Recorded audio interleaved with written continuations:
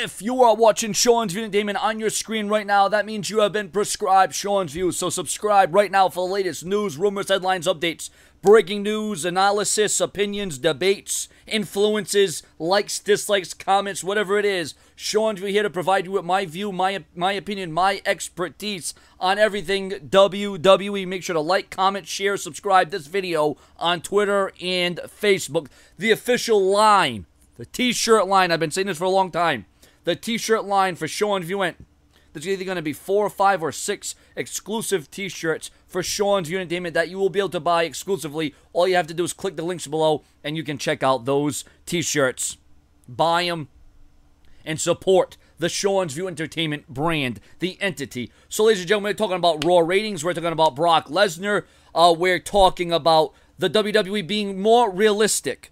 We're talking a lot of different things, a lot of variables that are going to go into this episode. It's going to be a little bit longer of an episode today. So for those of you who enjoy a little bit longer videos, that's exactly what we're going to bring to you straight from No DQ, Wrestling Inc., Wrestling Observer, F4W Online, WrestleZone, you know, all the sites, all the sounds, all the hearsay. It's all here on Sean's View, where I always keep it prolific, consistent, and dedicated, truly working around the clock with my viewers and the subscribers who support me and look for me.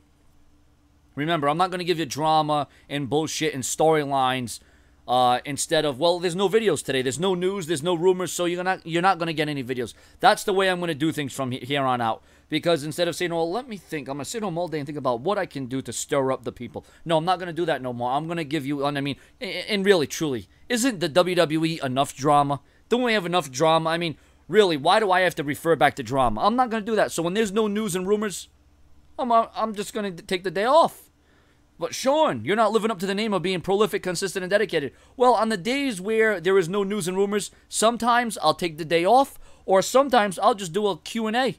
Or I'll do a live chat, a live stream for my viewers and the subscribers. There's a few different things I can do, so there's ways around it. But you can always expect me to be here more times than not.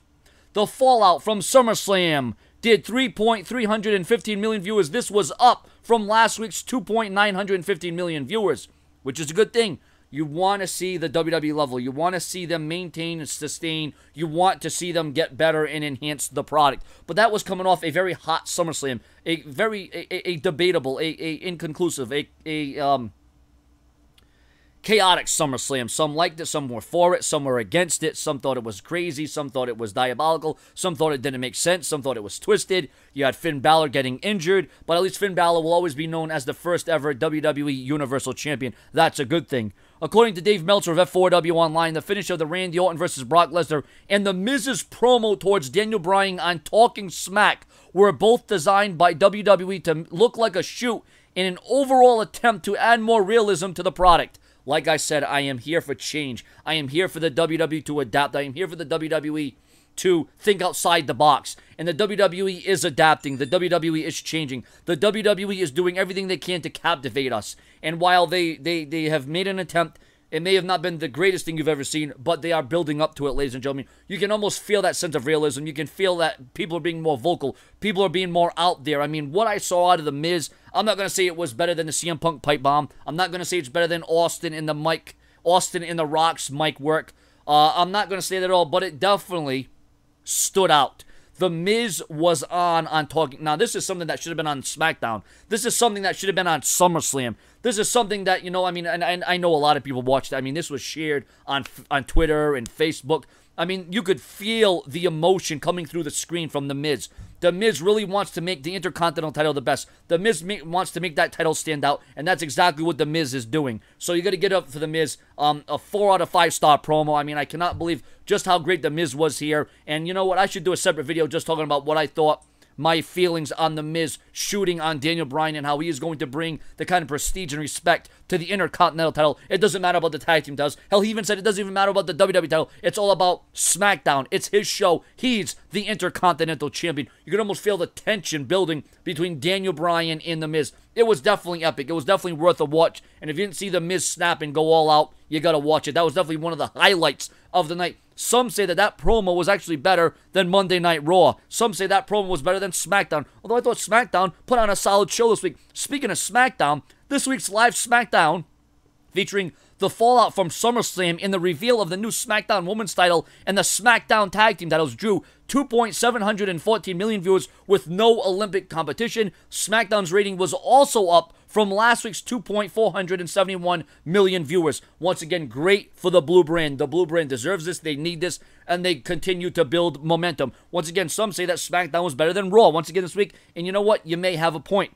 SmackDown was number 3 for the night in viewership, behind the have and have-nots in the O'Reilly factor. O'Reilly. And number 1 in the 18 to 49 demographic. News from John Cena. John Cena did not appear on SmackDown, but he had the following to say on Twitter. Setbacks are an opportunity to rise again. There's been a lot of rumors about John Cena's retirement. There's been a lot of rumors that John Cena may not be the John Cena of old, that John Cena can't keep up. Well, you know what? When that day comes, John Cena, only he knows that. But from what we've seen and what John Cena's doing, and by putting other athletes over, by letting other superstars shine, John Cena's won it all and done all. John Cena doesn't have to win all the big matches anymore. Big match John can still go out there and perform and give you a match worthy of, and we all know John Cena's stats. We know his history. We know his wins. We know his track record. We know he's going to be a surefire Hall of Famer, no doubt about it. And John Cena will always add something to the WWE product because the WWE does truly run in his blood, and you have to respect the man for at least that much.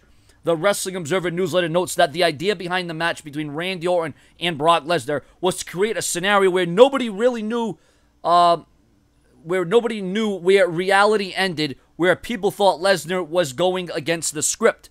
Yeah, that's why I'm like, wait a minute, is this planned? Was this supposed to happen? Did we just see that? You gotta be kidding me. I mean, Brock Lesnar went ballistic. Brock Lesnar snapped.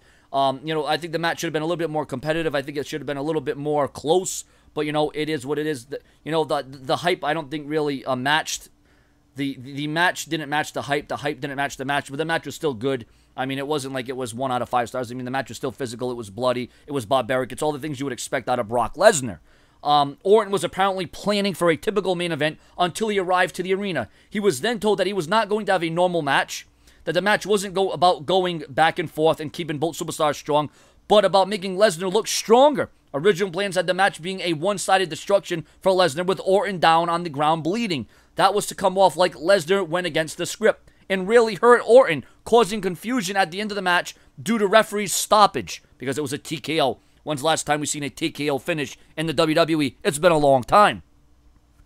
Orton was reportedly told that Brock knew how to graze him with his elbow to open a cut without hurting Orton, and was told what would happen during the match. It turned out that Brock really elbowed Orton to hit him with stiff punches, causing Orton to need 10 staples to close the wound. Orton did what he was supposed to do, stay down and act like he was hurt, but I think Randy Orton was legitimately hurt here, and it was legit concern, and I don't know how Randy Orton was even able to make it on SmackDown, let alone stand after his SummerSlam match. And like I said, that did look brutal and barbaric, and there was a lot of heat from fans on Brock Lesnar. A lot of people were questioning, a lot of people were saying, well, how come Brock Lesnar doesn't get fined? And did I hear something about Stephanie McMahon fining Brock Lesnar somewhere in the neighborhood of $500?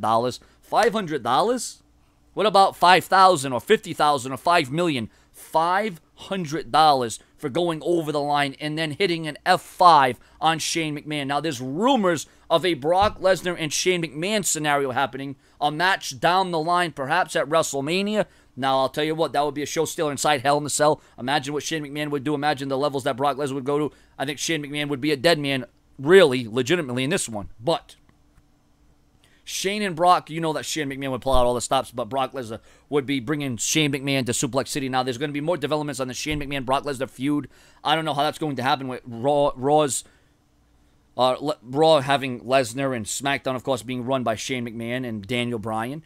And it's too bad that Daniel, it's not to cut off you, but, it's too bad that Daniel Bryan can't compete because, I mean, you could build off a huge match between The Miz and Daniel Bryan, and I know they've went at it in the past, but with what The Miz did on Talking Smack after SmackDown on Tuesday night, can you imagine the scenario? Can you imagine the build? Can you imagine the image? Can you imagine the production behind, if I can talk, behind The Miz and Daniel Bryan? I mean, it would make for an epic match, an epic feud, and people would be feeling it for a very long time. And we all know the significant history between Daniel Bryan and The Miz. So, ladies and gentlemen, this has been a jam-packed episode of news, rumors, and headlines on all the latest and greatest that have happened up to this point. If there's any more news and rumors throughout the week, Sean's V Entertainment will bring it to you. Now, I know I usually give you the news and rumors as it comes out, but once again, when the news and rumors are slow, I'm going to do it in a jam-packed video such like this. So, hopefully you don't mind that. For those of you who like shorter videos, well, just watch 2 minutes there, then click it again, 2 minutes there, then click it again, 2 minutes there, another 2 minutes, and then before you know it's 10 minutes. So, ladies and gentlemen, thank you for watching The Barrage. Sean's V Entertainment. Remember, the exclusive t-shirt line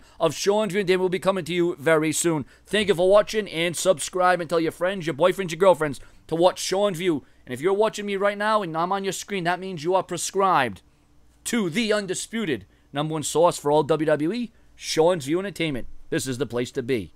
Subscribe today.